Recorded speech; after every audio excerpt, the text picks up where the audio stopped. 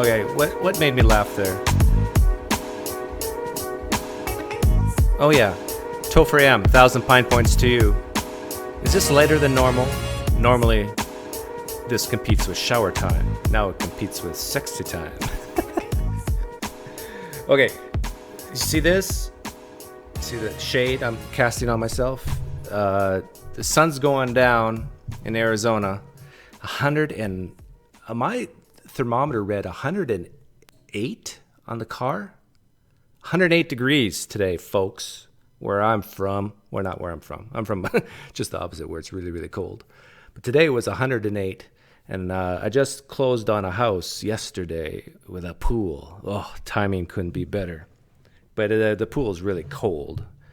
I swam in it yesterday, but my son both yesterday and today, and it's fun watching kids get just dive, like no fear, just dive into that cold pool and have fun. So it's an exciting time in our household right now. Okay, question for the audience. You saw me interview recently Laura Robinson, her husband John Dupeau, who, and then before that was Keith Giles. I've had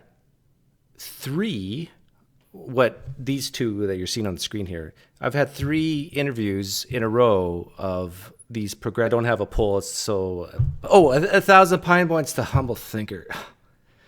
Man, you better have a sleeping bag. That's all I can say, Humble Thinker. So the poll question is, would you rather, I want you to think about this. Don't have a knee-jerk reaction to answer. Would you rather have Christians be like these two, who I think most of you are familiar with? They're conservative, evangelical, born-again Christians. Or would you rather have Christianity in the United States or all over the world be more like the last 3 interviews I had? Now think about it. Really think about it, because I've been reading the comments, and some of you have been pretty hard on John especially, but even Laura. What type of, as a non-Christian, if there's non-Christians listening, what type of Christian would you prefer? The fundamental type or the liberal type? Now, I think a lot of you listening, I don't know, a lot of you listening might lean left politically and might have just more left-leaning liberal type values. And your gut reaction might say, well, John and Laura Robinson and Keith Giles, yeah, that's, if you're going to have Christianity, that's the brand you should have. But don't you believe they're still believing false things for terrible reasons? And don't you know the statistics that if you come from a fundamentalist type background, you're more likely to just say, forget about it, I'm out. And then they can cast off that, like I did, all that baggage. I asked Laura about that baggage, or was it John? You know, why stick with it when you got all this baggage that goes along with Christianity? It's a tough question for me, actually. Because on the one hand, you got the liberal progressive types. It's like, to me, it's just this fuzzy, nebulous, touchy-feely, what in the heck do you guys believe?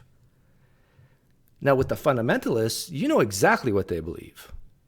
Or there's different strains of them as well. But for the most part, you know that they value the scriptures, like when it says something, is actually believe it.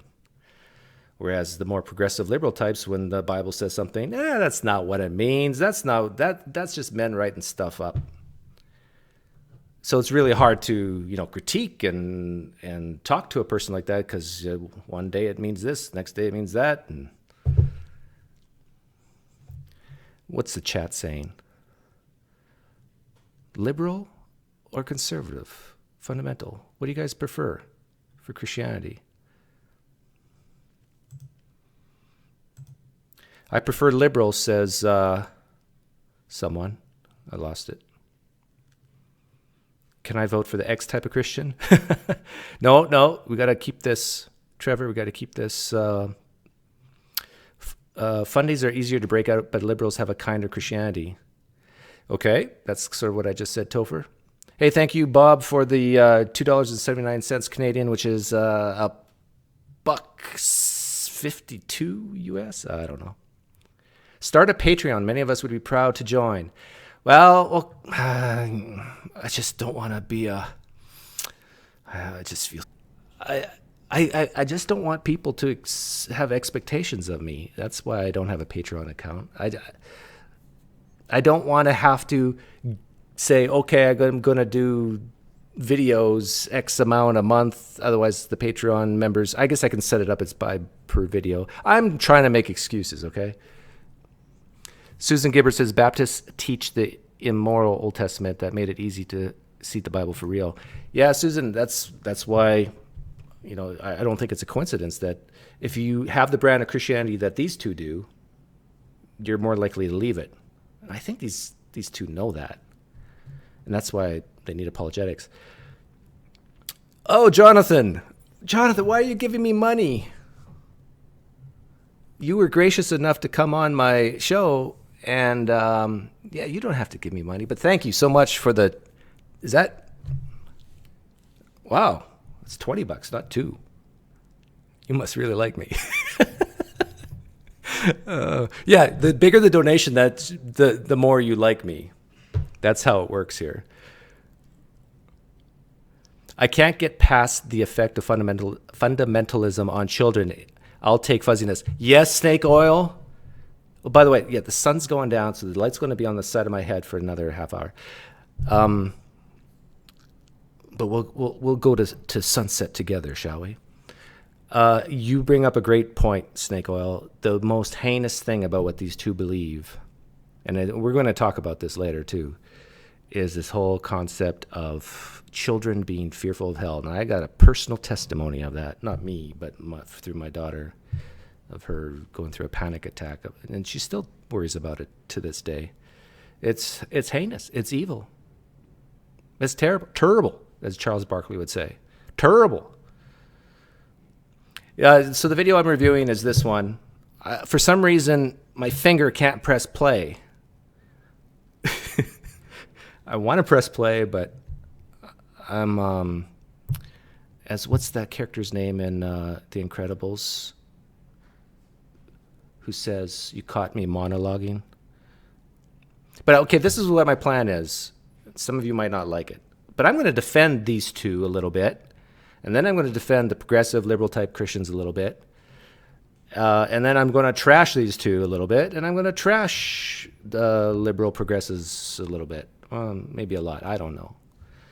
And I think I'm coming from an interesting perspective that everybody can sort of slightly respect, and that is, I'm no longer a Christian. I don't believe any of it, the core propositions. So I'm out. I'm a Calvinist atheist.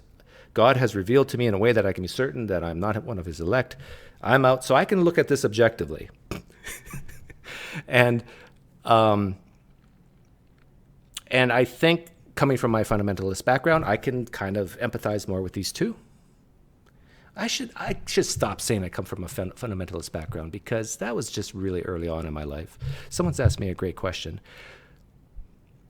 Why were you tormenting Dr. Sean McDowell with the spirit of the devil today, Doug? Says Mountain Show. Yes, you saw me there. I was a good boy, and actually, I was listening to Sean McDowell today in his live stream. He's one of the few apologists who hasn't blocked me, and there was nothing I really disagreed with.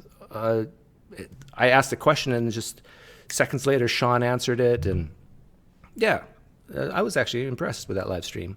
But I want to thank, I'm being sincere, I want to thank these apologists and Christians who have been putting out content. Because without that, I would have no meaning and purpose. It's really interesting to me. And I must be a sick guy for listening to apologists and Christian content. But I still to this day, I don't know what's wrong with me. I still to this day find it fascinating because I can listen to people like Elisa. And Elisa, I'm quite sure you watch my stuff, especially when it's about you. And I've asked you to come on my show, Elisa. I want to talk to female fundamentalist type apologists because there's so few of them. And I'm okay. I won't hurt you. It'll be fine. Okay, let's do the hard thing and press play. I have an allergy to the term progressive when it comes to Christianity because I don't think there's anything progressive about it. It's regressive to get away from the Bible and what Jesus actually came and said and did. But there's a reason they call it progressive Christianity rather than liberal Christianity. What is that? Yeah, so I began to notice after we left the church, you're right, all of the claims are very regressive. It's going back to agnosticism, even heading toward atheism.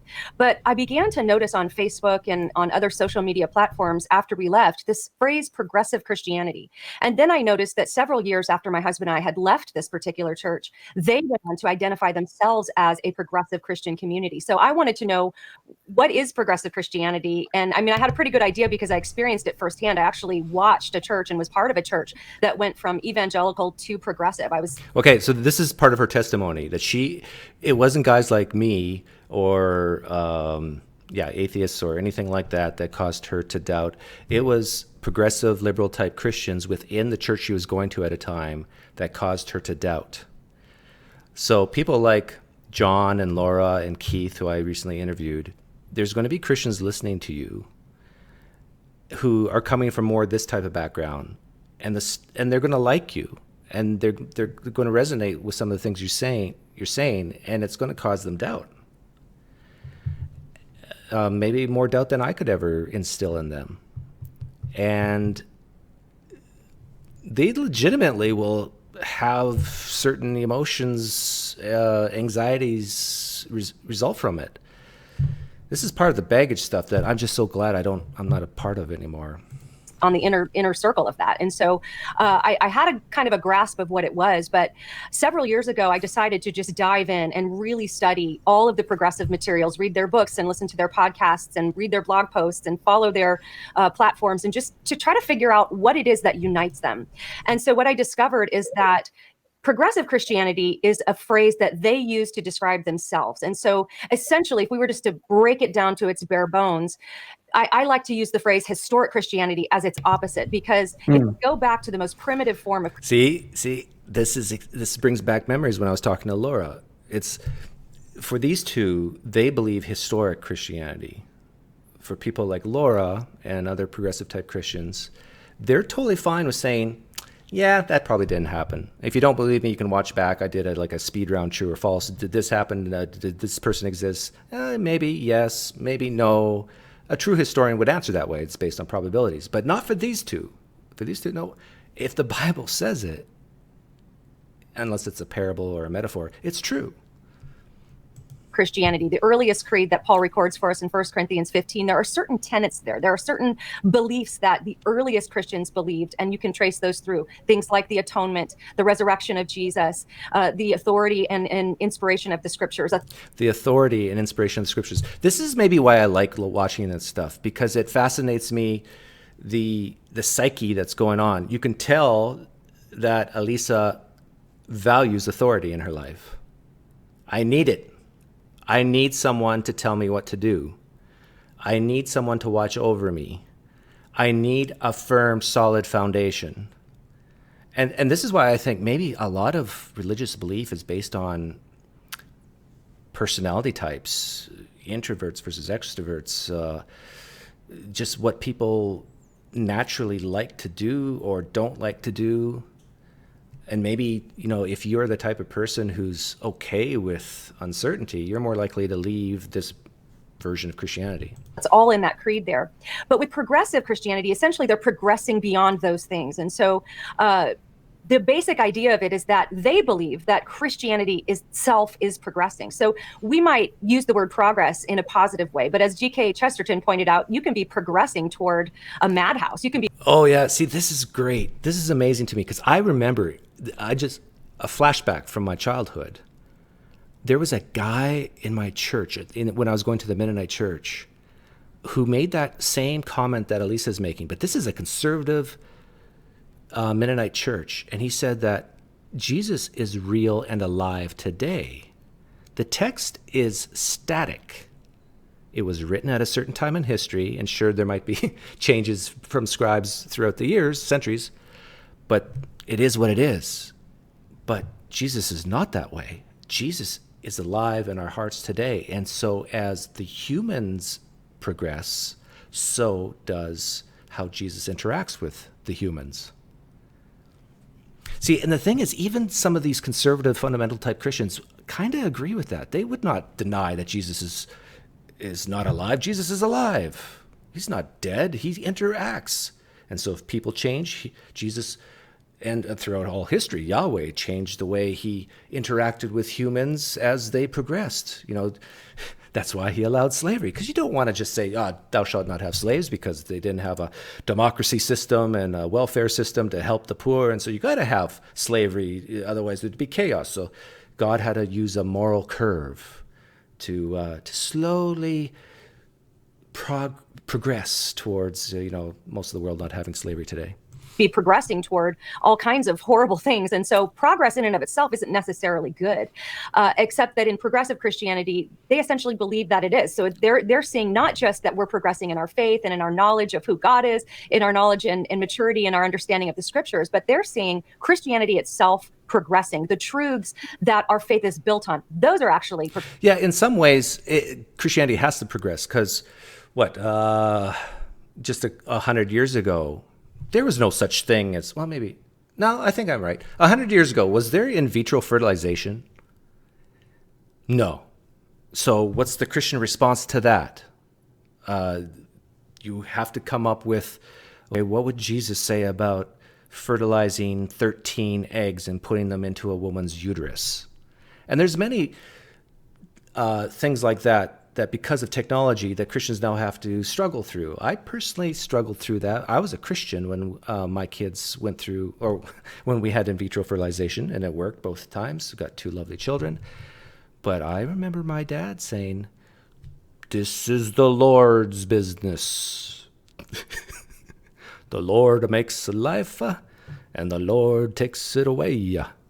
My dad doesn't talk like this, but you don't start messing around with what the Lord is doing." So, but of course he wanted grandchildren. So he sort of, when it worked, and it's like, oh, okay, the Lord works through modern technology. Progressing. So essential core historic doctrines are up for reexamination. Progressive Christians are asking questions like, does the virgin birth really matter? Does it really matter if we believe that Jesus was physically resurrected? Or is there just a great moral lesson we can learn from some of these stories? And so See, for Elisa, the physical bodily resurrection matters. And I still think for a lot of progressive type Christians it does too. But if you really think about it, like some progressives will say spiritual resurrection is A-okay in their books. But if you really think about it, if you really need a bodily resurrection, what's the body made of?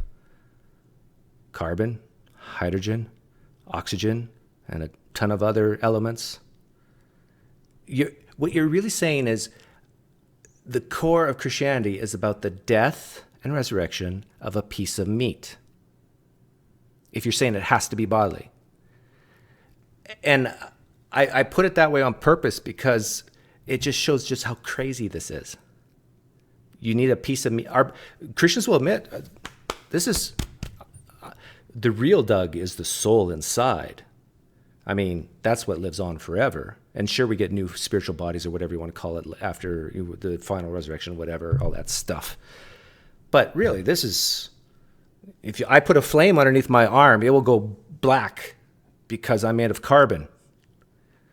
And so this shell, like Jesus had, needs to die and rise again for Jesus in order to have redemption. Like a piece of meat.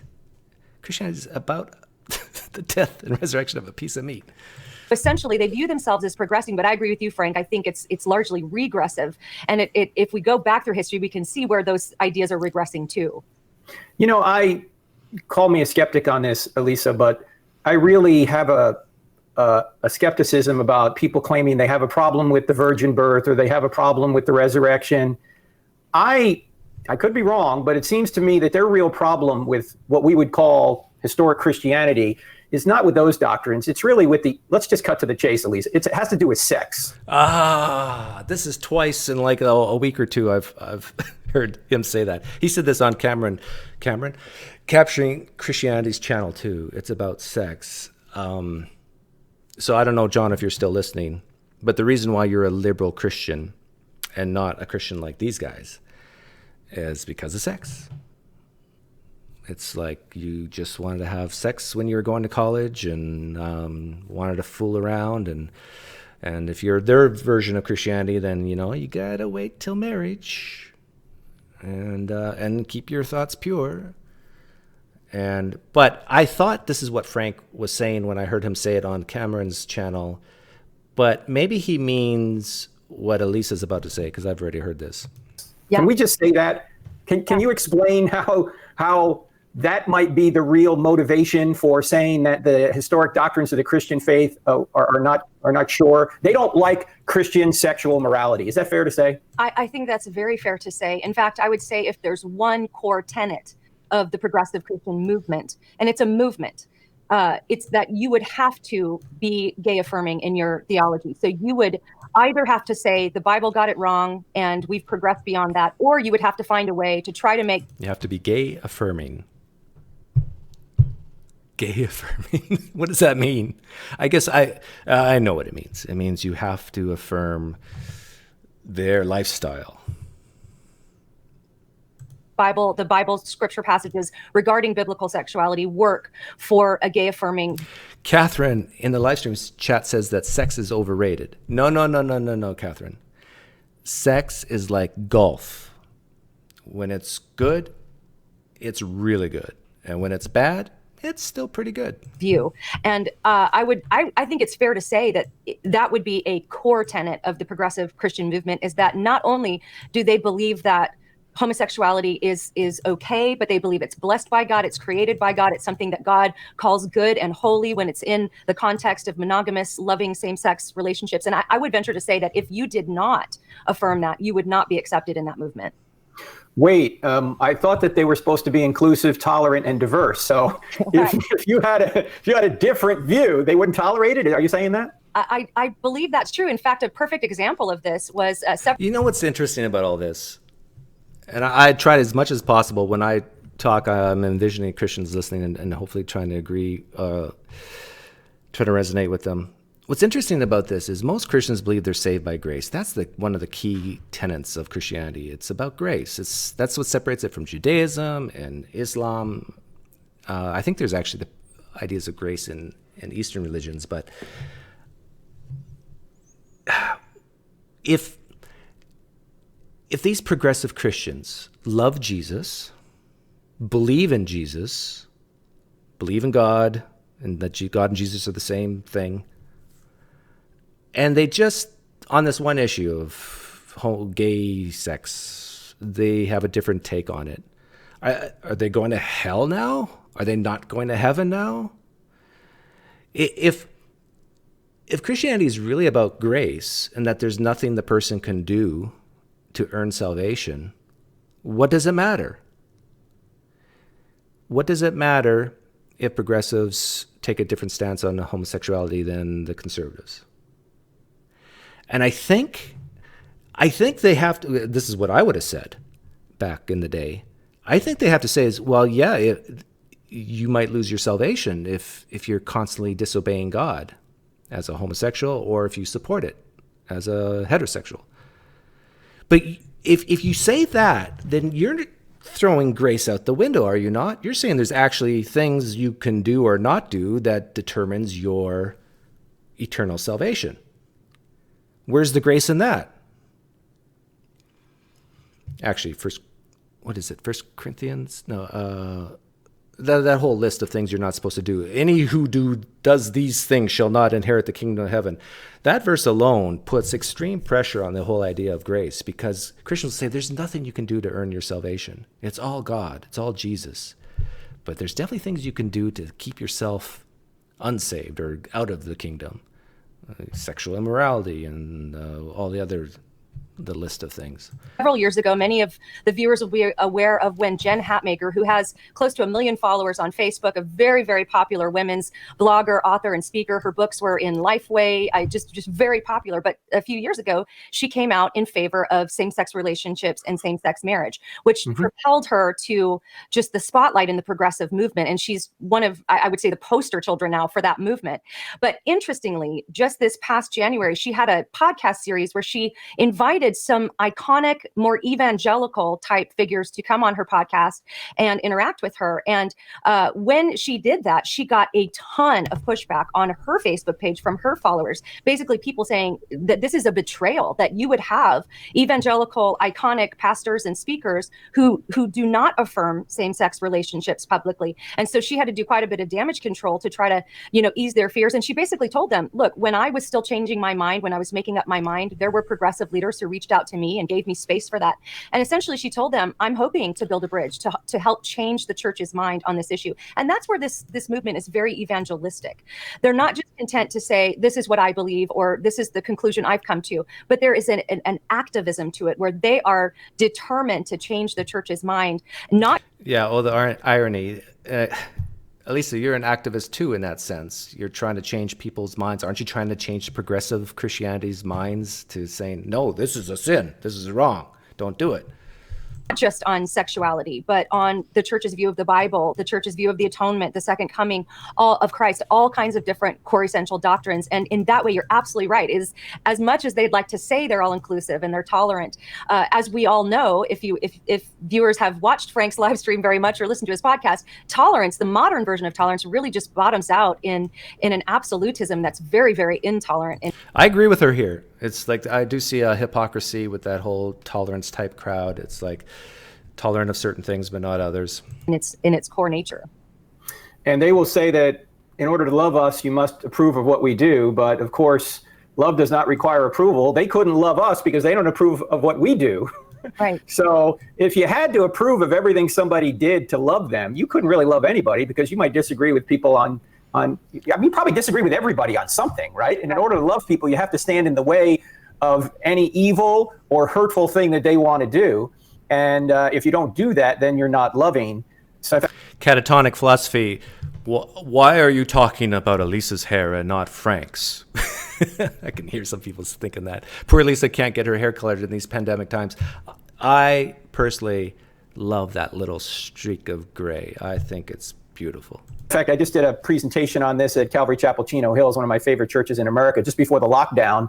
And the title was, Does Love Require Approval? Folks can see it on our YouTube channel or Facebook page. And of course, the answer is no. Any parent knows that if you approve of everything your child wants to do, you're unloving. So at least I have... Hey, Kenneth Helker, 1,000 Pine Points to you for being here. I'm struggling right now because the sun's going down and I'm constantly changing my video settings to make the green screen work. You had any kind of interaction? I know your new book, which I just can't wait for it to come out because it's so well done. It really is. You've done a wonderful job. And it's your first book. It's called Another Gospel. Maybe we can put it in the chat here in a little bit. Yeah, all you have to do is write a book, right, Frank? And then churches will accept you to speak. It's coming out in October, but you sent me an advance copy to put an endorsement on it. And it's really a wonderful book. But is there any interaction you've had with people who would consider themselves progressive Christians? Have you had any? I just came up with a brilliant idea. Elisa, if you're listening, and Laura Robinson, if you're listening, I want to get you two in the same live stream place, mine. Lisa in one corner and Laura Robinson another, and let's talk about what the real Christianity is. And I'll just sit back and relax. Would people pay money to see that? I'd pay 50 cents. Any sort of Facebook debates or people on your podcast to talk about these issues? Yeah, I've had a couple of those. Of course, I have a lot of interaction in my personal life as I've watched a lot of my friends go down this path. But publicly, I've done a couple of sort of discussion type situations. In progressive Christianity, they're not going to really like the word debate, because at the bottom of it, there's sort of this underlying relativism anyway. So the whole idea of a debate wouldn't really make sense. But I have gone on a progressive Christian podcast. Yeah, I don't know if that's true. I don't know what the percentage of progressives would just say, oh, everything is postmodern relative type.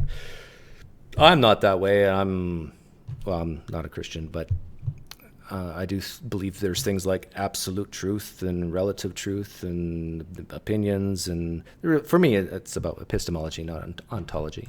To discuss some of these ideas with the progressive Christians that ran that podcast, I also had I thought it was a very interesting discussion with Lisa Gungor on Justin Brierley's Unbelievable podcast. And if anyone's not familiar, Lisa Gungor is one half of the very well-known Christian music group Gungor, who wrote songs that a lot of us sing in our churches, like Dry Bones and Beautiful Things. And they've written some amazing music. But over the past few years, their journey has gone from a more evangelical Christianity into a more progressive Christianity, into a bit of atheism for a little while, and back to a wider spirituality that includes even elements of Buddhism and Hinduism and mysticism. And see, this is the bad part about this version of Christianity, and it's getting dark in here. I even have my professional lights up. What is it about the evenings that makes it so tough? I need a cell. I need to be locked in a cell with no windows. That's the problem. The problem with this version of Christianity is that for Elisa, I don't know if it's Elisa or Alyssa, for her, the problem is that there's so much at stake. And I know people are sick and tired of me saying this, but you just see it over and over and over again.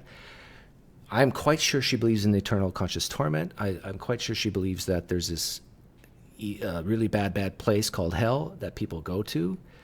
And so when you actually believe this stuff, it's like, you progressive liberal Christians, you don't realize what you're doing. This is eternal consequences. You realize what you're doing? You're sending people to hell for the people who believe what the stuff you're saying. That, some of the stuff's not historical in the Bible, and that, who cares about the virgin birth? Who cares if it's a bodily resurrection? It's a metaphor that shows beauty and love. And who cares if people have same-sex marriage and all that sort of thing, and if women preach from behind the pulpit? If you say stuff like that, you realize you make God cry. He gets sad because you're disobeying him. And if you get God sad enough, that shows you don't have any insurance that you're saved. What is going on with this thing? It's getting dark in here. New Age, and they sometimes, I've heard them identify as Christian and other times not. But it was a very interesting conversation with Lisa, because we talked about some of these things about what would be necessary to believe to be a Christian, and we talked about the resurrection, and it was just interesting, kind of. Joy Bradford says, I think this lady is crazy. She is so self-assured in her homophobic, hateful self. Joy, Alyssa Childers represents, I would say, 20%, according to the Pew poll, 20% of all Christian women in the United States. My gain is going down. I don't have control. Hang on, I got to get Satan on the line here to help me out. Hey, Satan, what's going on? No, he's not around. He's not omnipresent like Jesus is. Fleshing some of that out and seeing where the relativism that lies underneath this movement really leads to. What are some of the core tenets then of the progressive Christian movement? What are their absolutes, as you would put it? Yeah, well, that was a bit tough to define, because largely speaking, progressive Christians are not united around an official creed or an official statement of belief. In fact, their hallmark is that it's less important what you believe and it's more important what you do. So action is valued over belief. But if you read their materials, if you read their books, listen to their podcasts, some things emerge that are actually very concrete beliefs and what I would call core tenets. Of course, we talked about one of those, which would be the gay affirming pro-gay theology would be one of them. But when it comes to, say, things like the Bible and the cross and the gospel, some key elements that it would appear all progressive, at least leaders, are agreed on, is that there's a denial of original sin. They don't believe that we have a sin nature, that most of them wouldn't even believe that the Adam and Eve story is literal. So they don't believe in any kind of a fall that ushered sin into the world and that was passed down through them. And that, of course, leads into their view of the atonement. So Yeah, see, this is where I'm siding with the conservatives here, the fundamentalists.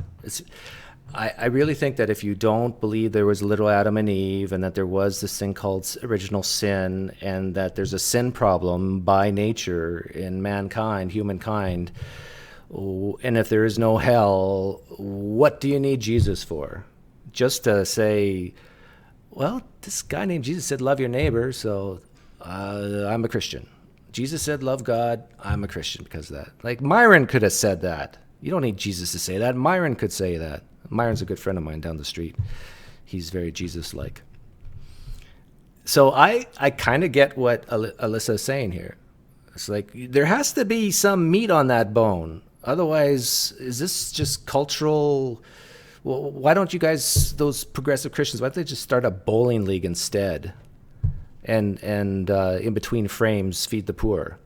Largely speaking, progressive Christian leaders do not affirm the blood atonement of Jesus. They don't believe that Jesus died to pay the price for our sins. In fact, in their view, if the Father required the blood sacrifice of his Son to reconcile him to humanity, that turns God into a cosmic child abuser. And so that phrase cosmic child abuse or divine child abuse is used quite often to describe the historic view of the atonement in the progressive movement. This is so hilarious to me. She's accurately describing penal substitution.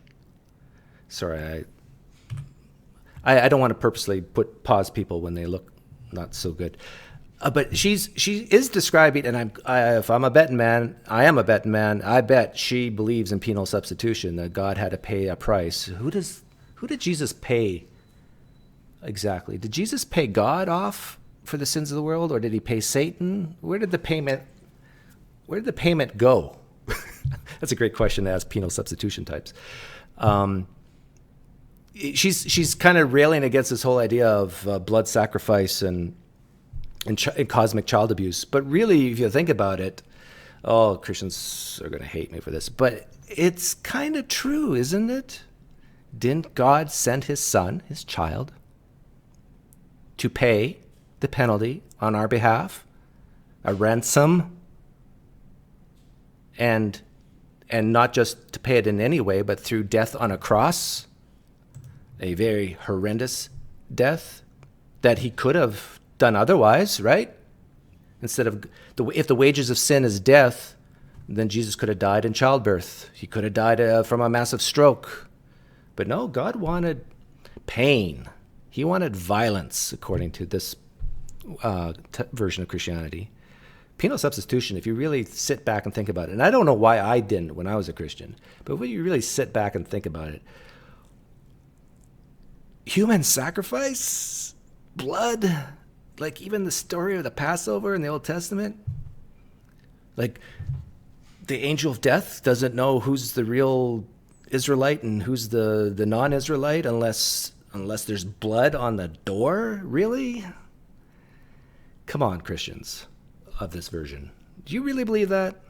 And if so, like, can't you just sit back and just say, at least admit, wow, this is crazy. This is nuts. That the creator of the universe has a thing for plasma and iron and water and a certain color and a certain aroma. The smell of burnt flesh in the morning. Really? Oh, I apologize for that last one. No, I don't. Is used quite often to describe the historic view of the atonement in the progressive movement. So for them, the cross becomes more of an example. Jesus showed us the way forward by submitting to our bloodlust and showing us a way to forgive. So we should follow his example in those things. Another kind of key tenet would be the view of the Bible. They assume a lot of secular and atheistic assumptions about the Bible. So many... Yeah, if soon as you say that the Bible might not be perfect or accurate or error-free, you right away have a secular atheist view of the Bible. Man. It's just like the dichotomy, the boxes are just so defined. It's like You either believe all of it or none of it. That's what I'm hearing. Maybe she wouldn't go that far, but progressive leaders will outright admit that they use the lenses of historical criticism and liberation theology and feminist Bible interpretations to interpret their Bible. And so, threw the word feminist in there as well. A feminist, there's feminist biblical interpretations. That's interesting. Did not know that. They de-supernaturalize many of the miracles. That's why in the progressive movement, the resurrection, you might find progressive Christians who believe in the physical resurrection and others who don't, but they're perfectly fine to be in unity with each other because it's really just not about what you believe about it. And so it's more about... Jonathan Depew makes a good comment. When I throw these labels around, there's like... I think I understand this version pretty well, but there's various strains within each box. The moral story or what we can learn from that story. And so then the view of the Bible is, rather than it being the authoritative and inspired view of God, of the Word of God, what they'll view the Bible as is more like an ancient spiritual travel journal. So we look at what our ancestors believed about God in the times and places that they lived. But when Moses, for example, when it says in Leviticus, "Thus saith the Lord," or "the Lord said to Moses," in the progressive view, that wasn't necessarily God actually speaking. She's right here. From my own personal testimony of interviewing many different types of Christians, I've talked to a lot of Christians that when it says in the Old Testament that the Lord said to Moses, and then a heinous thing comes afterwards, many liberal/progressive type Christians say, no, my God, who I know, I have a personal relationship with God, he would never say, go wipe out a whole group of people, the women and the children and the younglings, to borrow from Star Wars. My God would never say that. So this is just men, writing. But when Yahweh says something that's loving and kind in the Old Testament, then they're more likely to say, oh, yeah, in this case, yeah, that represents the true God. Isn't it interesting how who God is, who Jesus is, kind of matches pretty closely to the personality type of the person uttering those words? Speaking to and through Moses, that was just Moses's best attempt to understand God in his time and place and to say what he thought God would be speaking. And so that transfers all the way to the New Testament, which is why in progressive Christianity, it's not uncommon to hear a progressive Christian say, well, I disagree with Paul on this issue, or I disagree with what Peter wrote. Yeah, for people like her, to say you disagree with Paul, that's like... what are you doing? This is the inspired word of God. To say you disagree with Paul when he's representing God and his word, you're saying, I disagree with you, God. But even if that were true, let's say, I would love to talk to Alyssa, have her here and ask her, Alyssa, what exactly so bad about disagreeing with God? Have her articulate exactly what the problem is. And it will go one or two ways. It's, well, by definition, what God says goes is good. It's an outflow of his nature. So when you disagree with God, you disagree with what is moral and good, by definition, which really has no teeth behind it. Okay, so what? Or it can go the other way of God's going to hurt you if you disagree with him. It might not be in this world, but the next one to come. You don't want to be hurt, do you, Doug? Or if he won't hurt you, he might just annihilate you, but you won't get into heaven. Don't you want to be in heaven? Well, personally, no, but don't you want that joy and bliss? So it comes down to pain and pleasure. And in his letters. And so there's a very de-supernaturalized view of the Bible and a very relativistic view of its authority. So the authority essentially is transferred from the text to your own thoughts and feelings and biases and opinions. I'm reminded of something Augustine said, and I'm paraphrasing. He said, if you don't believe the Gospels, you just believe yourself. Yeah. You're not. Well, why is it so all or nothing? Can't a person say, I believe some of the Gospels and not others parts? I think for guys like Frank that you can't go there. And by the way, here's a tip. If you're talking to a fundamentalist, conservative type Christian like these two, ask them this question. Isn't it reasonable that some things in the Gospels that claim to be true are true and some things are not? Isn't that reasonable? Now, for them, I don't think they could say, they have to say, no, that's not reasonable. Because then they're stuck with the hard task of figuring out what's historical, what's not. and that's hard work. And but I guess they just rather just say it's all true. You're not getting revelation. You're just believing whatever you want to believe. So if Jesus didn't rise from the dead, or that's not a key tenet, and the atonement isn't the center of Christianity, what, in their view, is the purpose of Jesus? Great question. This is the part where I'm going to flip sides here. This is the question I think maybe I didn't even ask John this, or Laura, or Keith. No, I think I sort of did, at least one of them. But if there is no hell, if there's no sin problem, I mean, depravity problem, now they'd probably admit there's a sin problem. But is Jesus just an example? I know what they say. It's a reflection of who God is. Yeah, okay. And that's the key question, because if you take away the idea that we're sinners in need of salvation, if you take away the idea that God provided that salvation through the blood sacrifice of his son, what are you left with? You have to have some sort of a cause that's going to unify you, that you're going to rally around. Well, remember earlier I mentioned that in this movement, works are really valued over belief. And so it becomes a very works-based gospel. And what I've noticed... Works-based gospel, you say? The progressives are a works-based gospel? And yet Alyssa is the one saying, don't do this, don't support that, make sure you obey God here, make sure you believe this. Isn't that works-based?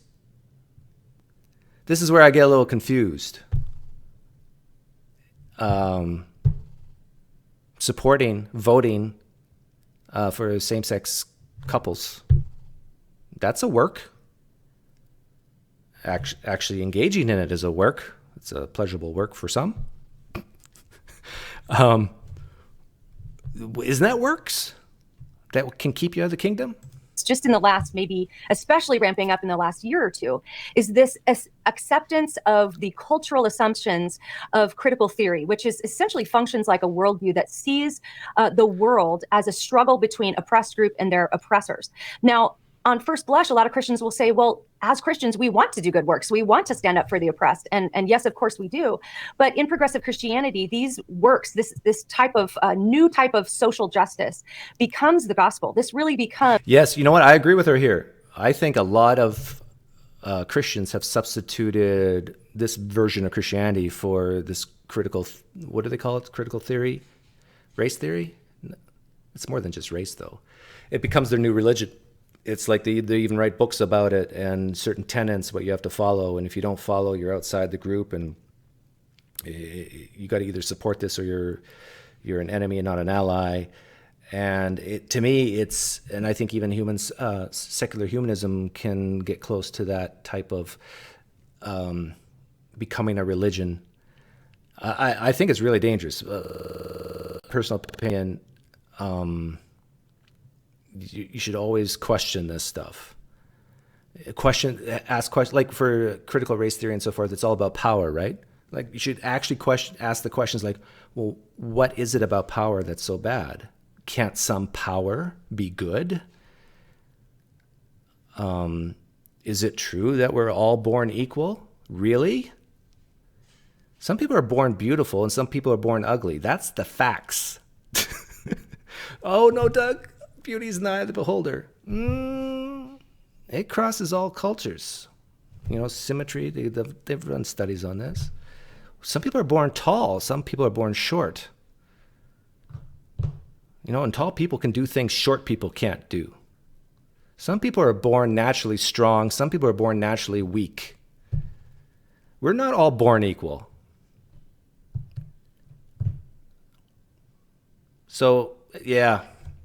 Oh, I'm getting into politics now. What unifies them is this activism to stand up to systems of power, to overthrow systems of power, to equalize the playing field. And so, which is why the LGBTQ issue is so important in the movement of progressive Christianity, because they're not just seeing homosexuality as a struggle or as a type of sin that someone would struggle with, just as we all have sins we struggle with, but they've actually accepted the cultural definition of that being an actual identity. So to stand against homosexual behavior in their mind is to actually stand against people that God created. And so there's a lot of secular cultural assumptions that have snuck their way in to the movement, which is really what makes. Yeah, but you're doing this too, Elisa. You have your identity and a certain belief system. Other people have other identities. This is what makes a group cohesive, when they share certain goals and certain values.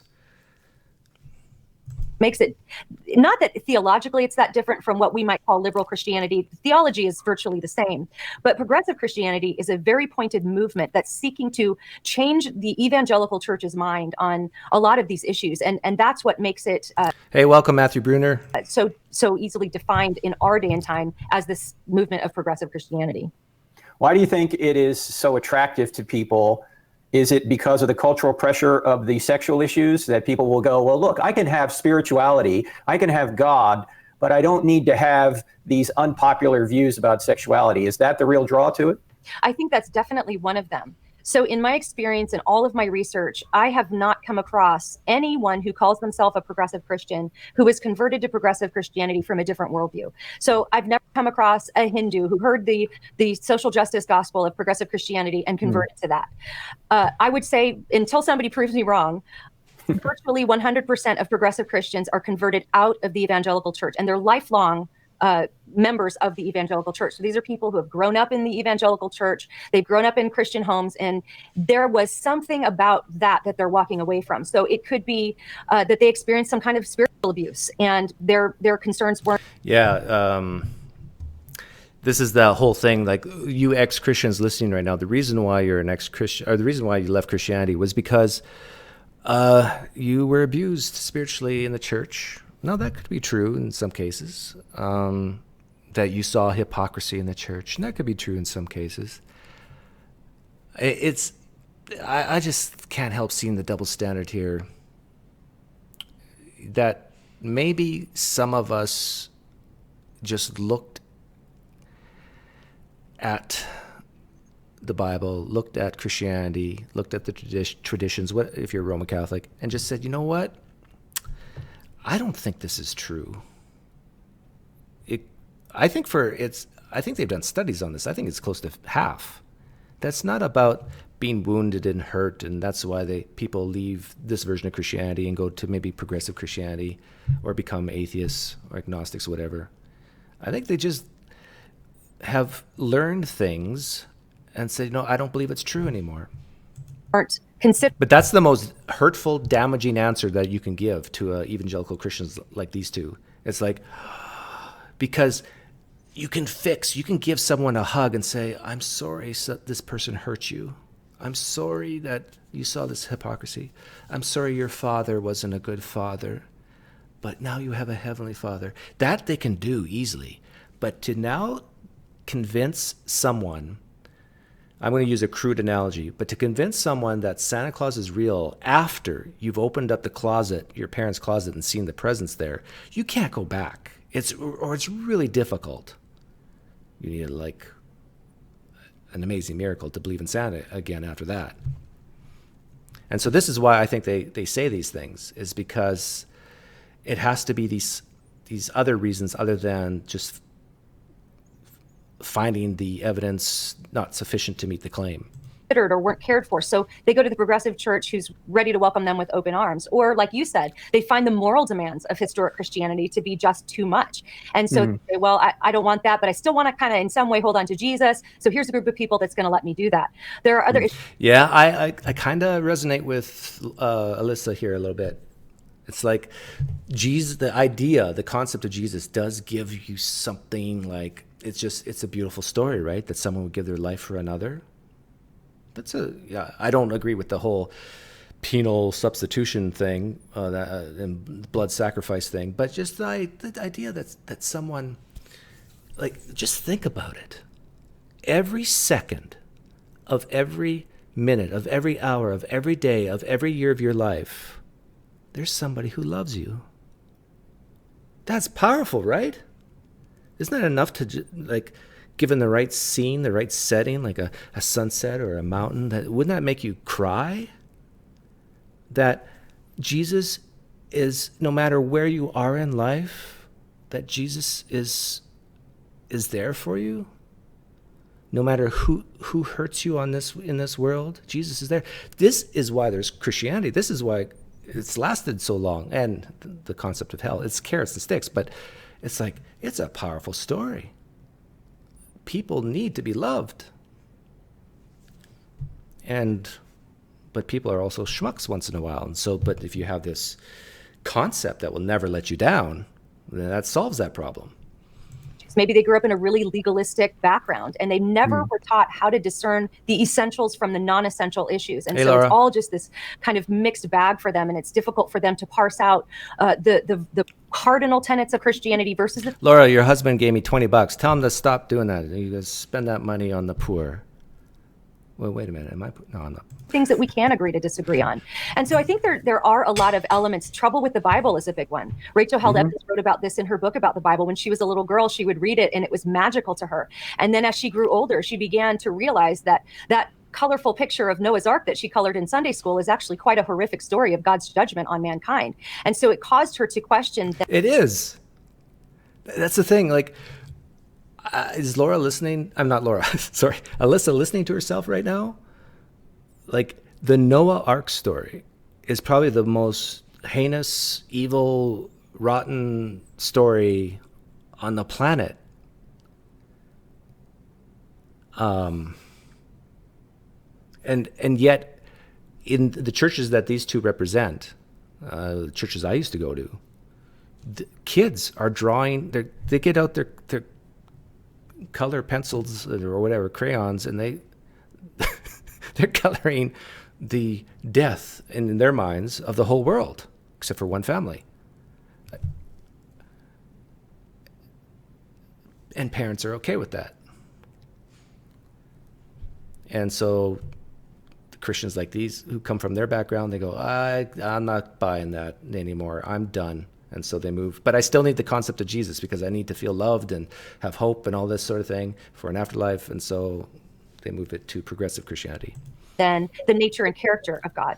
So instead of just saying, okay, I don't believe Christianity is true, I think the Bible is false, there is some kind of a sociological need to hang on to what they believe Jesus is and who they think that he was. And so often I find that these views are very much informed by a subjective view of Jesus. She's right here. The progressive Christians, they have a subjective view of who Jesus is. I think I remember asking Laura this, or was it John? Who's Jesus? What's he like? And when the progressives or the liberals, whatever you want to call it, Christians not like these people, when they deny a lot of the historical stuff, then what are you left like? What is Jesus? Who is Jesus? Are you sure he said these things? Are you sure he did those things? Well, no, but we can be sort of confident. But it's more a reflection of what's in them. If you have a loving, compassionate, naturally a loving, compassionate human being who's a Christian, they're going to view Jesus like them, except better. And if you have, like, look at Frank, the way he's sitting there. Like, if you have a Christian like Frank, he's going to envision Jesus as a God of justice, a God of truth, of God of loyalty, like America, right? That's his Jesus. And it boggles my mind that Christians can't see this, that the Jesus in their heart is really the Jesus in their brain. I like that. Jesus. That's not quotable.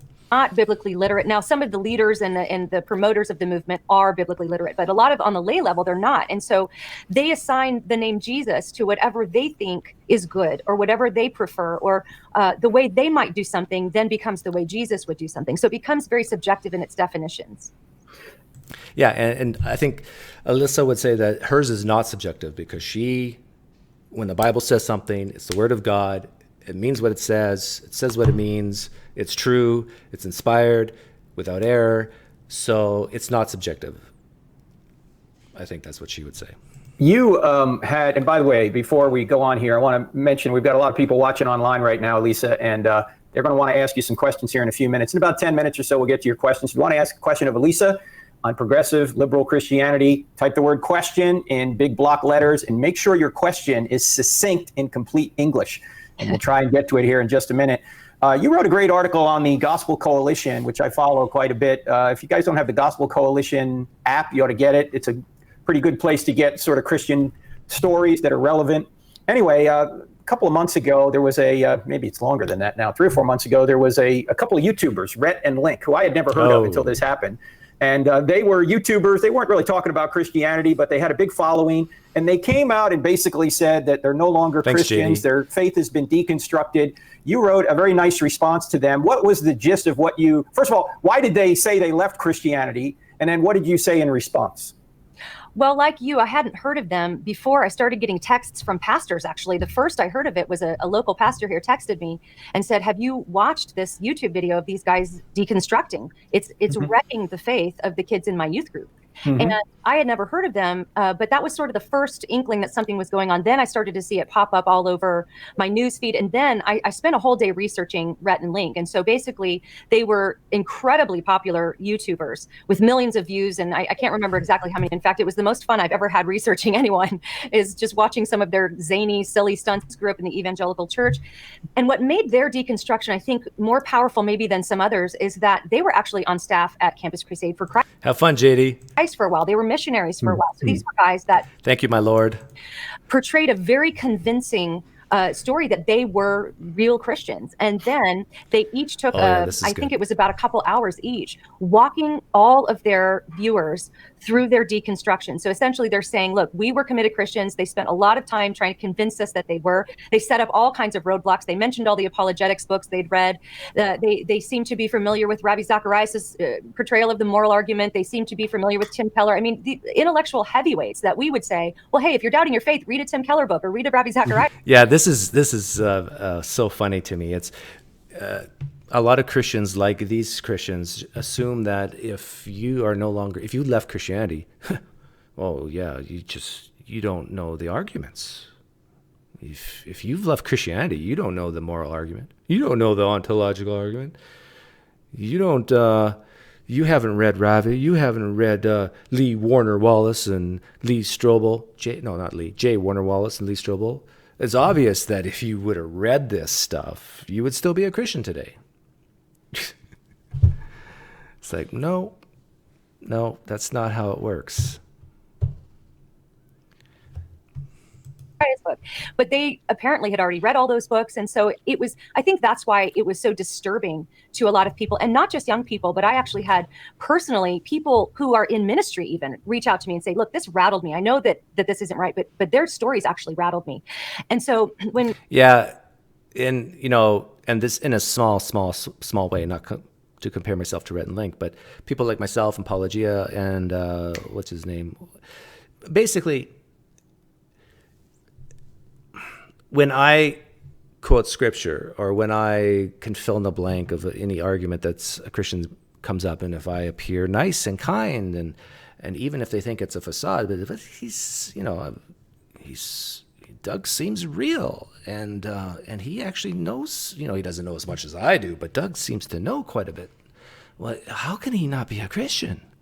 This causes especially young people, not so much the old farts, but this causes them to doubt and it's going, what am I missing? And that's the first step, really, is to put yourself in another person's shoes, outsider test for faith, and really start looking at your belief like it's in your hand and you're investigating. So, why do I believe this? You start picking it apart and what is that doing there? And it's like, oh, let's cover that up. It's like, once you can start separating your belief from who you are, then you can actually start to critique and be objective about what you believe.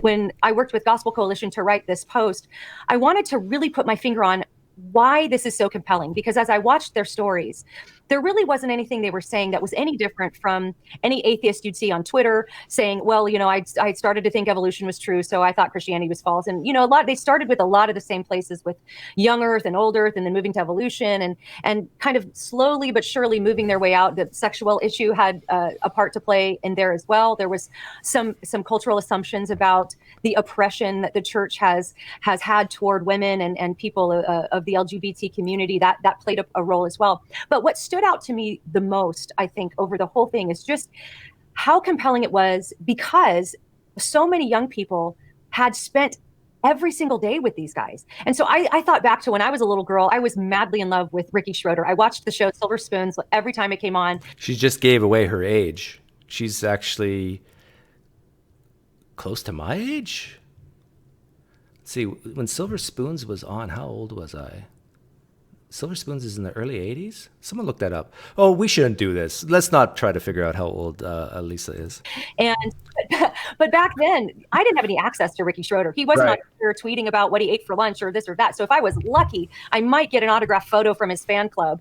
But really, there was no way to find out what was going on with his beliefs. And so we didn't connect. I don't think I connected with celebrities in the way that people do now. So now, fast forward all these years later, and not only do you have, like back then it was one episode a week of an actor playing a character, but now we have daily, in many cases, episodes of not just actors playing a character, but people playing themselves with their own personalities. So you get to know them, you come to love them, you come to respect them. And I think that's why that particular deconstruction story had so much power, because if you really look at it, if you really analyze it, especially Rhett, his was more of an intellectual sort of takedown in his mind of Christianity. But if you really, really watch it, he never actually interacts with the claims he brings up against. Oh, yeah, this bothers me. It really bothers me. It's like, if only you...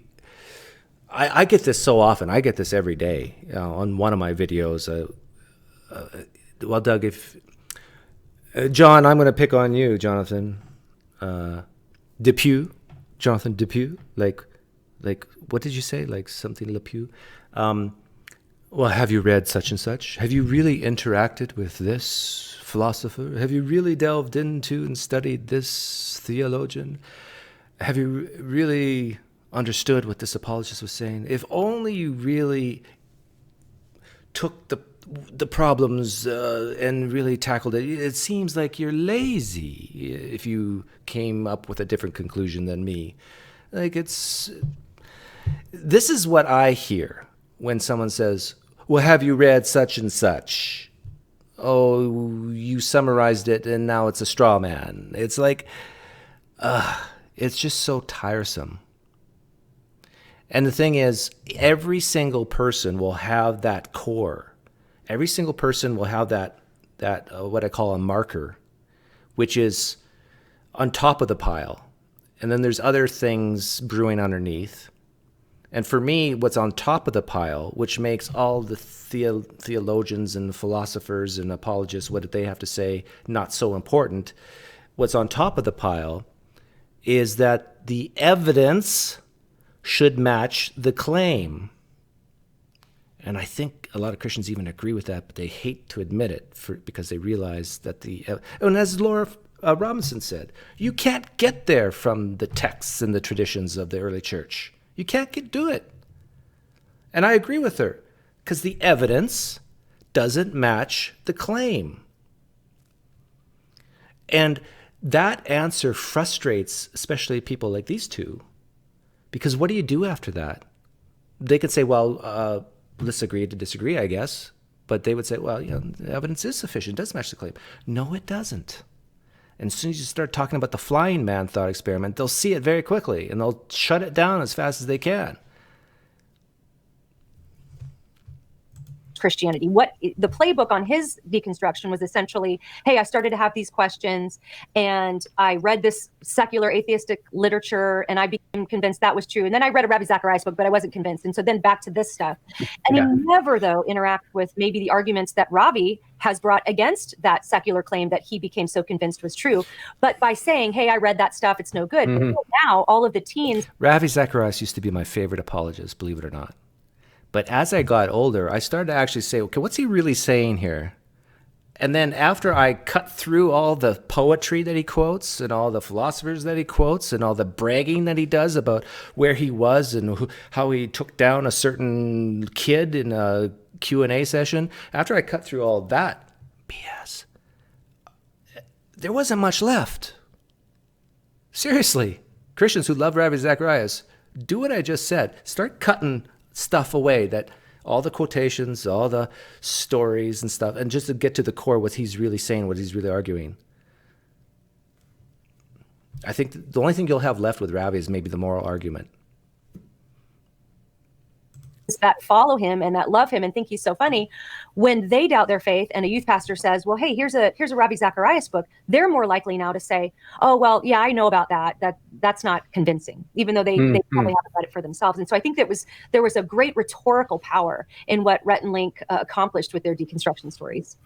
Yeah, that's just what scares, I think, apologists like these two is, I can name off the top of my head so many friends of mine, fellow YouTubers, who know this stuff way, way, way better than the average Christian follower of these two. And the thing is, I think they would even admit that, and this is why they need apologetics, because they got to tell these people this stuff. And maybe that's why a lot of Christians are scared to talk to, I don't know. I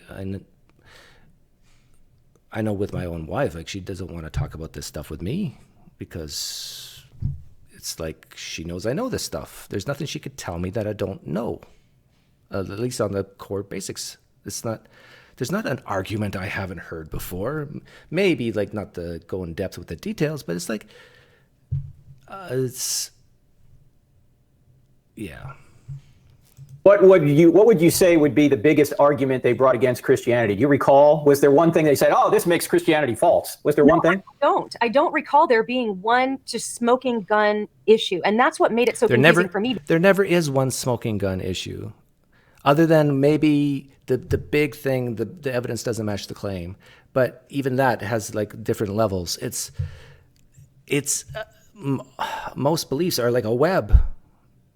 And for some Christians, ex-Christians, it's like, maybe it did start off with someone hurt me in the church and I feel bad. So that gets them to start thinking about other things. Well, if this is what Christianity is about, well, maybe it's not true. And that maybe opens the door with them listening to comedians who mock Christianity. And so then they actually start laughing.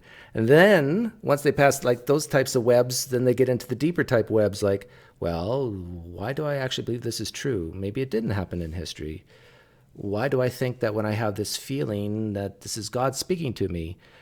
And then they delve deeper into stuff like maybe they take psychology or neuroscience in university or languages or philosophy or whatever. And they start, this is maybe, yeah, I can understand how humans can just make this stuff up, or there are other explanations for this?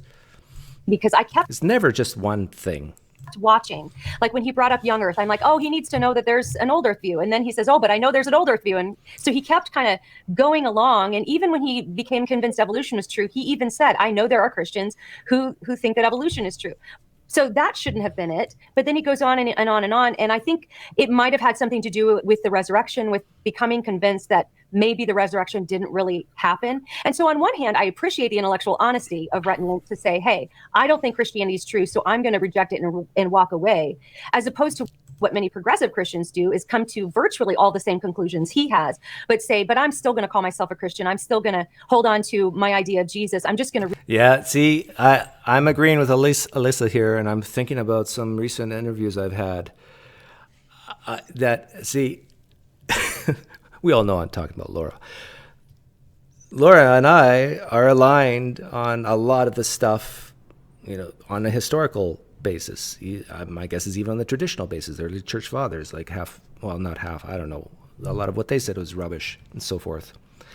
But yet, why in the world did I leave Christianity, and why in the world did she stay in it and still believe in a bodily resurrection, concepts like heaven and so forth. What is different about us? This is a question I legitimately don't know the answer to. Because we human beings are so complex. Like, what is the causes in our life that keeps us? Is it because we have different psychological needs? Is it because we live closer to certain human beings who we love, who think a certain way? Or I don't know. How people make that final leap to actually believing or disbelieving something, I don't get it. My cousin, who's also an atheist, he wants to put me in a petri dish and pick me apart, because for a guy like me to leave Christianity in my late 30s, it's like, what? You're a weird specimen. Like, usually that happens as a teenager or early 20s at the latest, but what's going on with you? Redefine the whole thing. So in one way, I kind of respect that they did that they recognize that Christianity means something, that there's defining factors that have made Christianity unique in the world for our entire 2,000-year history. And they were honest enough to say, I don't believe it's true, so I'm walking away. But ultimately, he kind of got around to it at the end. I think the big one was, like you mentioned earlier in this show, is that the sexuality, the biblical sexuality, he sort of brushed over it, but he said that was kind of fermenting the whole time, what he perceived to be oppression toward women and toward his LGBTQ friends in the church. Yeah. That could be true. There could be some truth in that. It's like, if you're going to distance yourself from any idea where the people you love are being hurt. And so I don't know if there's been studies done on, if you have X% of gay friends, are you more likely to become a progressive type Christian or leave Christianity versus the opposite? I would be surprised if there's a high correlation there. You know, you've heard follow the money. I think in many cases today, you can follow the sex to see where somebody stands on a certain issue. And look, I'm not trying to judge the motives of these people. I mean, to a certain extent, I think that if they're trying to affirm the LGBT community, there's some nobility in that, in the sense they want people to be happy. They want people to be able to express themselves. There is some nobility in the idea that, how can we help these people? I just think they're going about it the wrong way. If you want to help somebody, you got to tell them the truth, not just affirm everything they want to do. Right. But look, before we get to questions from the audience, I got to ask you this question, Elisa. There's people watching right now. We've got quite a following watching right now. And I'm thinking of a parent who might have a daughter or a daughter-in-law or a son-in-law who is now fallen into progressive Christianity. What kind of advice would you give that person? You know, I'm really glad you asked that question, because I do get that. Okay, this is for Keith Giles. This is for Laura Robinson and for Jonathan. Whatever, you know what they mean. You're not Christians like these guys. What they're saying is, what advice can be given to you three to get you back on the right path? Let's take a close listen, shall we? Question a lot through my website and on social media. And all I can say is that when I was going through my dark time of doubt, and what I really believe was a deconstruction, I deconstructed my beliefs down to the very base beliefs, even asking the question, does God even exist? And then God, in his outrageous faithfulness and grace to me, helped rebuild my faith using apologetics and good intellectual reasoning. But when I was in that really dark, confused place, there were a couple people in my life that responded quite differently. And the fruit of their responses were very evident in my life. And so I'll just give you those examples. The first person reacted with a lot of fear. Every time I would mention anything I was doubting or a question that I had, this person would sort of seize up in fear and say, you shouldn't believe that. That's wrong. You know that. Okay, I'm going to be fair and honest here. Did that happen to me? Yeah, it actually did. There's a couple of people's faces pop in my mind where, when I expressed doubts when I was a Christian, they kind of said, it's not like they walked away or anything, but it's like, yeah, let's just trust and pray. And so, yeah, she's right. I think she's at least right in my life. The truth, just believe, just the Bible says so, and things like that, which caused me to want to retreat from that person and not tell them what was going on in my really well to me. Was a person who, every time that I or a doubt, this person would respond really with this openness, and there was no fear. So this person would say, well, they'd ask me questions. Why does that rattle you? What is it about that causes you to doubt? and then, hey, let's look at some answers together. And so Okay, did that happen to me? Yeah. I could even tell you his name, where he lives now. But I still left Christianity. think for Christian parents who have a kid going through this, my first response would be fear. I know that. I would just be like, why is my kid going through this? And why don't they just grasp the truth? But I think being patient and asking a lot of questions. See, that bogs my mind too, is the confidence that they have the truth about something that happened 2,000 years ago. And for them, it's the bodily resurrection of Jesus. It's like, I'm tempted to say, no, Elisa. But see, I'm too honest, so it's hard for me to do this. But I could say something like, I have the truth, Elisa. I have the truth. You are deceived, Elisa. Jesus did not. I know Jesus did not rise from the dead bodily. See, I don't say stuff like this because I wasn't there. Could it have happened? 99.999% chance, sure, that it didn't. But at least I can say maybe. But what if I was to talk like this? I have the truth as an atheist. I have the truth. You Christians don't. What's your reaction to that, Alyssa? It's like, you dismiss me, right? Man, maybe she doesn't talk this way when she evangelizes or witnesses, because I think most people would just dismiss you. So yeah, my guess is she doesn't talk this way. Questions rather than making dogmatic truth claims is really the way to go. With somebody going through this type of doubt, this type of deconstruction, they need to feel safe with you. They need to feel like you're not going to just become a fearful person when they express their doubt. I'm reminded of the movie Night and Day, with Tom Cruise. Whenever someone says you're safe, run. They keep repeating, you're safe. Well, you're protected now. We're going to move you to a secure location. That's a sign that things are going to go bad fast. Doubts, be an open and a warm place for them to come with their doubts, and then walk through it together. You don't have to know all the answers.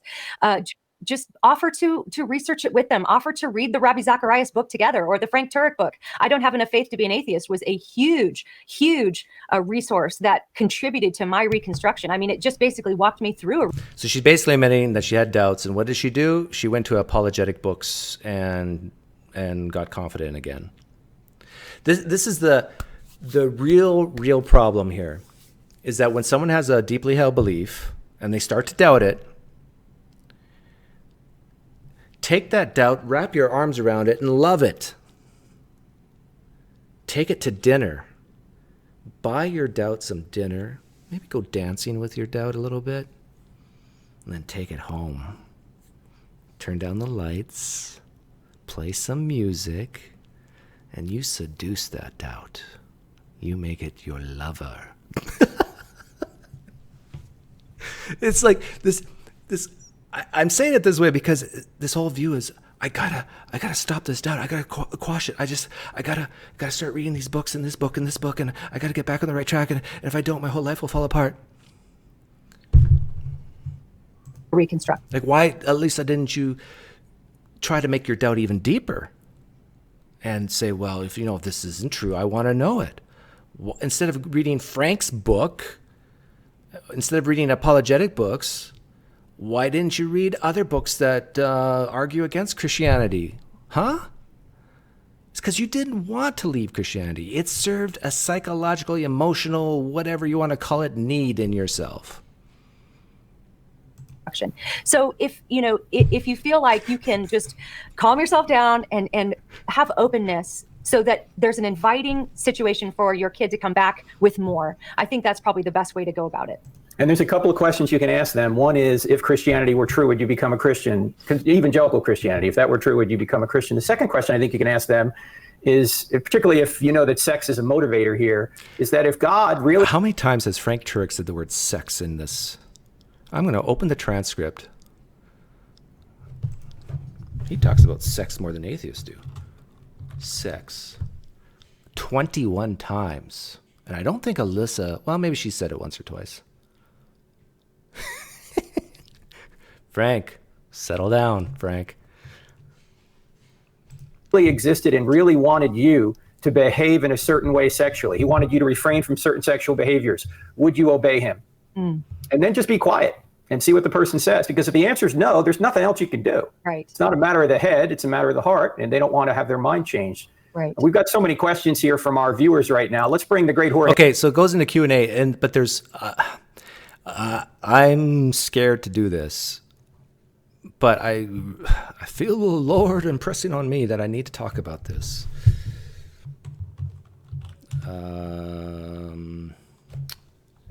Keyword nephew? Yeah. She talks about her nephew committing suicide. And this is, I'm going to bring up why this version of Christianity is horrible and maybe the progressive liberal is way better.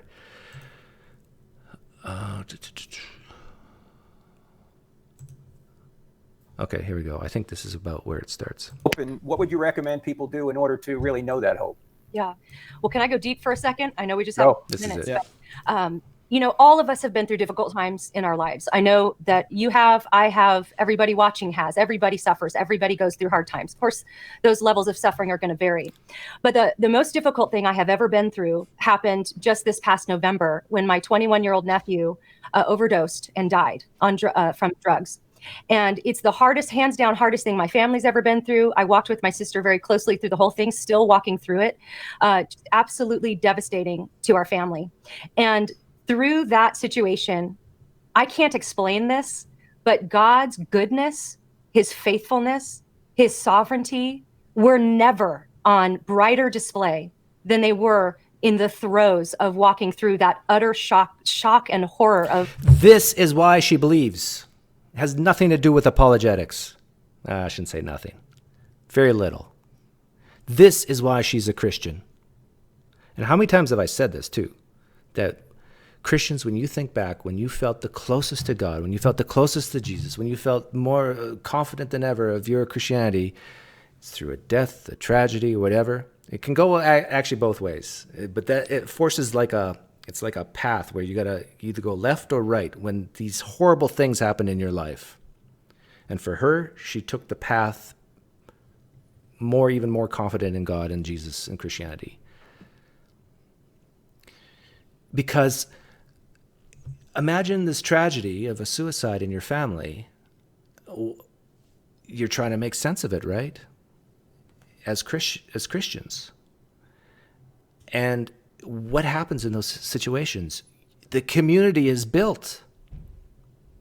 It's no surprise you felt like God was there like never before, that the hope was there like never before, because you were with family the whole time, having a shared experience of suffering. And as like guys like Jordan Peterson would say, it's through suffering that where you find meaning in life. I agree with him. It's like you realize you're alive when you're suffering. And the meaning is to get out of it. And, okay, anyhow, let's go on. Of what happened with my nephew. Now, I thought about this as someone who's talking about progressive Christianity a lot. It actually made me more just passionate about talking about it. Because Can you guess where this is going? Her nephew committed suicide, overdosed on drugs, and she became more passionate against liberal progressive Christianity. Where do you think this is going? As I walked through that horrific experience, I acknowledged that there is nothing that progressive Christianity has to offer me that would give me any hope. Why is she saying this? Laura, you're in the live stream chat. Why is she saying that progressive Christianity, liberal Christianity, your version of Christianity, even if you don't like the terms liberal or progressive, you're definitely not like her. Why would you say that your version of Christianity wouldn't give her any hope? The answer is because if you don't believe these core things in the text, that Jesus did certain things, made promises, died and rose again bodily. I think you believe that, though. This whole idea of heaven and hell becomes a little iffy. And as we will hear, in that situation, any hope in what the world is walking through right now, any hope with whatever people are going through who are watching this, if I didn't have the hope that God is sovereign, that he's in control, that my nephew who had dedicated his life to God a year before he died, if I didn't have the hope that I would see him again, or that his life is in God's hands, I would have no hope at all. And now what is, like, keep in mind, hope is an emotion. This is like I often get blamed for using appeals to emotion when I talk about would you rather poof or drown the babies during the flood and so forth. But this is the ultimate of appeal to emotion. It's like, God, I would have no good feeling about the future if I knew my nephew was in hell right now. But I know a year ago he made a confession to Jesus, became a Christian, and so now I can see my nephew again and my sister can see her son again. They have that good feeling, hope of future expectation that they can be reunited with their nephew's son who made a tragic, tragic mistake.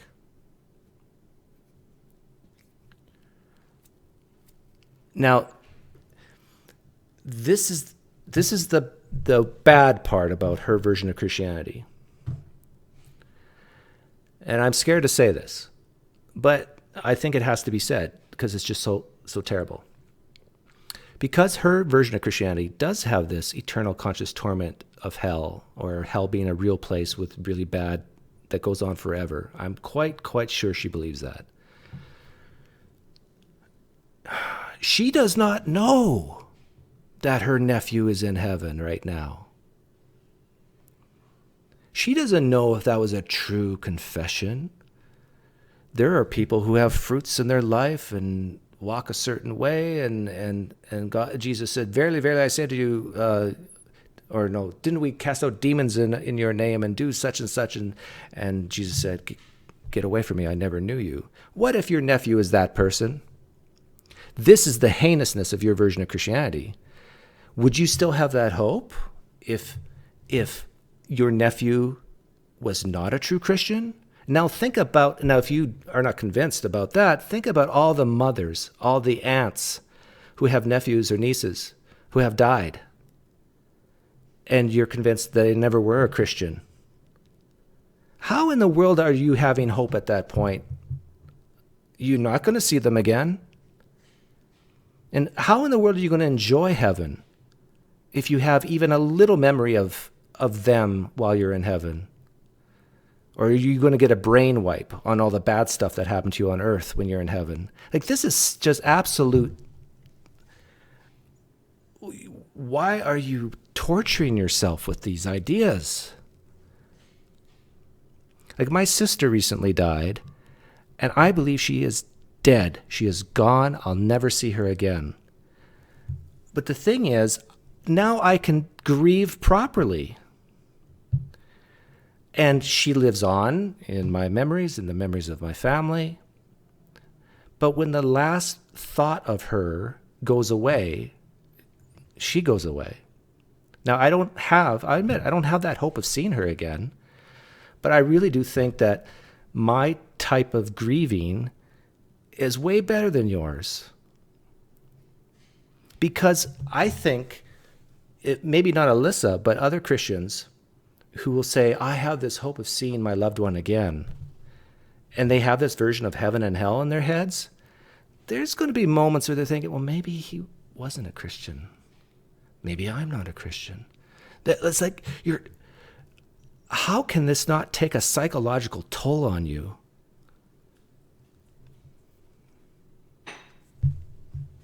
The progressive Christian gospel doesn't give me any of that hope. If there's no reality of sin, if there's no reality of the atoning sacrifice of Jesus, if there's no reality of his resurrection that my nephew will take part in, as we all will one day. You don't know that, Alyssa.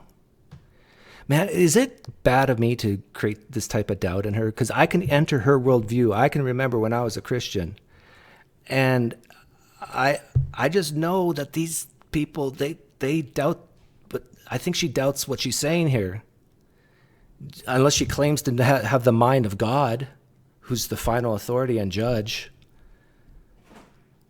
Like, I can sort of understand when the Christian could say that for themselves because they know their own life better than anybody else. But for a third party to say, I know this person's going to heaven, then I have no hope.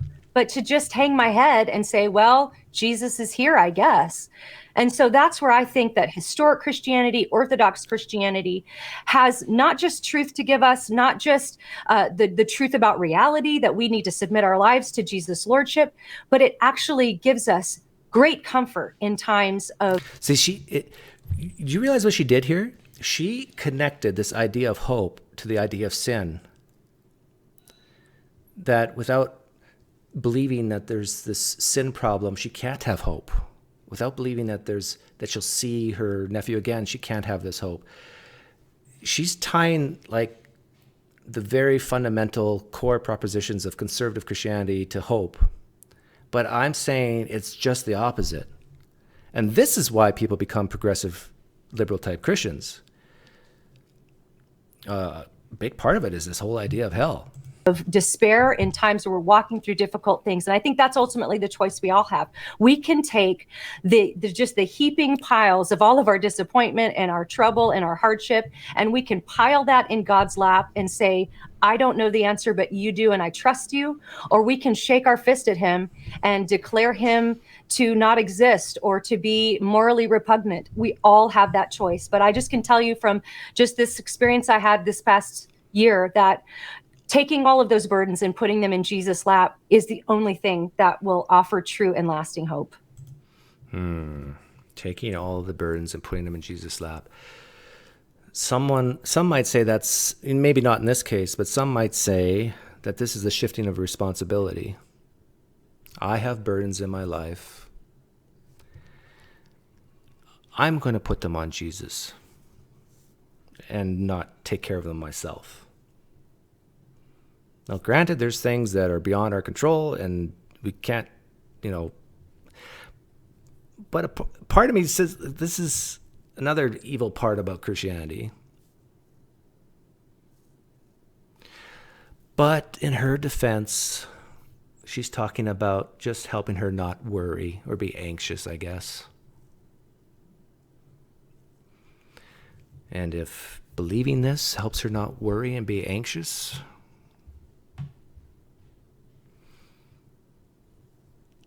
but I still think, like, my personal anxiety level has always been low, but it's never been lower. I mean, when I was a Christian, I would still worry about certain things, about Christianity and about my life and so forth. I've said this before, that it seems like all my bad dreams went away when I left Christianity. It's because I believed in this spiritual warfare. I believed that there was literally demons existing and angels watching over me. And when you live your life believing this stuff, I honestly think you will have more bad dreams and you'll be more scared about certain things. Like if you believe a human being is being controlled by a devil, you are more likely to be scared about a break-in at night. That's my theory. It's like, because, if they're not thinking rationally at all, they're being controlled by demons, they might be coming for me. It's like terrible beliefs. And if you believe that because of the spiritual warfare, that bad things happen to you, that you didn't have enough faith, you didn't do your quiet time. That's why I got in that car accident the other day, because the hedge of protection wasn't around me. Now, not all Christians believe this, of course, but I tell you, there's a lot of Christians who do.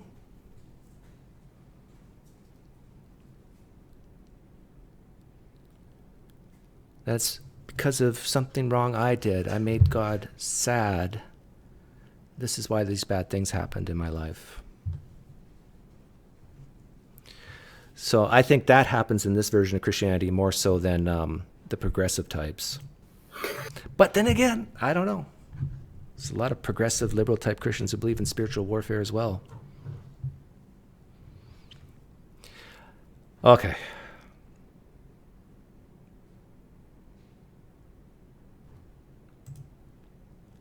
Sorry for the green screen.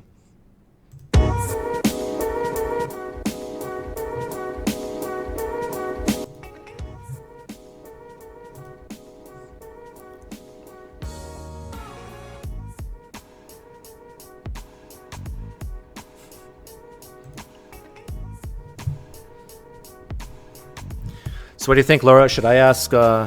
Actually, Laura, you ask Alyssa.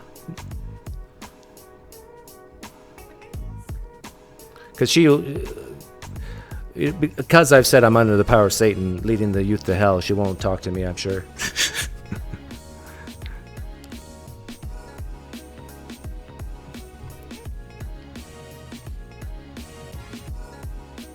What's my thoughts on JP Holding?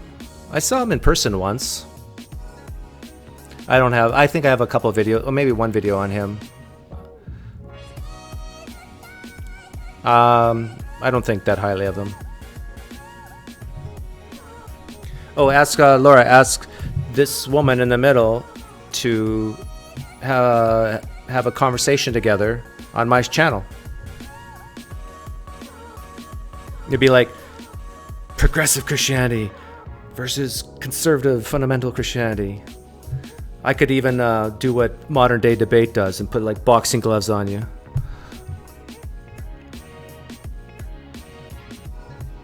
Yeah, I think Alyssa used to be famous in the day as a singer.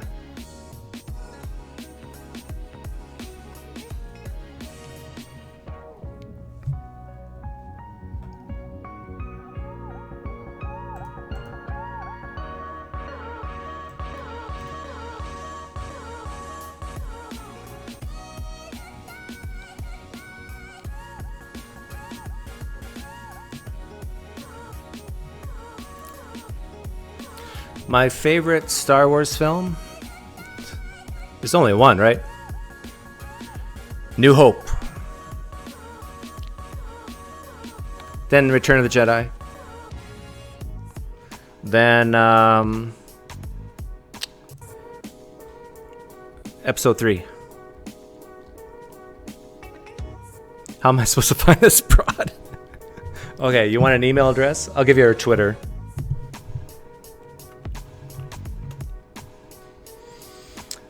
Alyssa Childers? She just came out with a book called, what's it called? She's not the Mama Bear one, is she? I sometimes get them mixed up. Okay. So Laura, you tweet this person, Alyssa.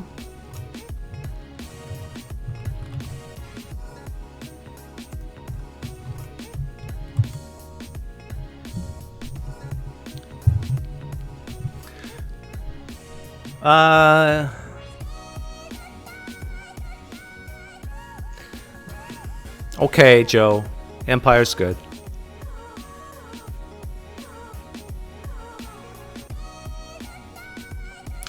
Actually, New Hope, Empire. What's episode 3 called again? I really like the final scene, or with the sword fight at the end. In the lava. Oh, thanks, Joshua. My therapist is gonna kill me. You have a therapist, Laura? I thought Jesus was your therapist. See what I did there? You put all your burdens on Jesus. Not a therapist, right? Yes, Revenge of the Sith. Of the later trilogy, that was the best one.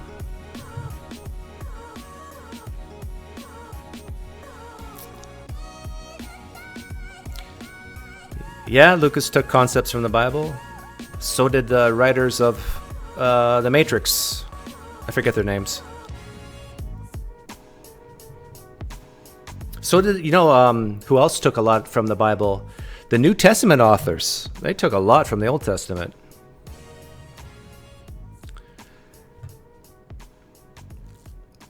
Poof.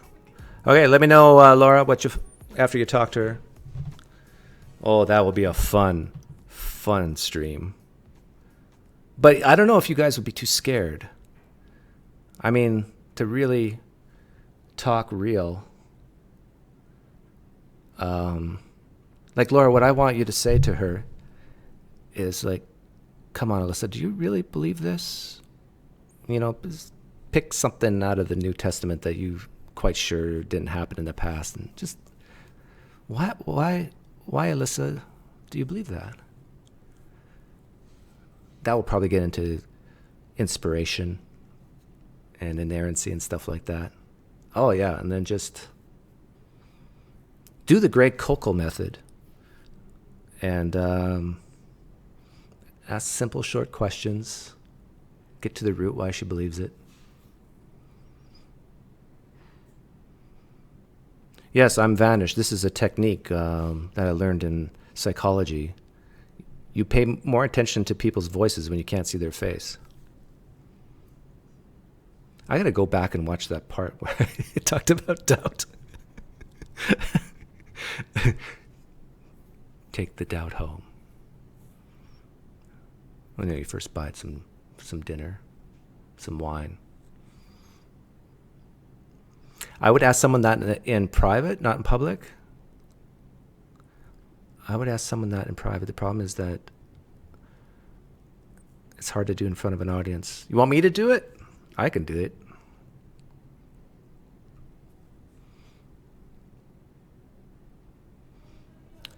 I can be like the person asking the questions, and then Alyssa could give her answers, and then you could give yours. And then, you won't look like the bad person.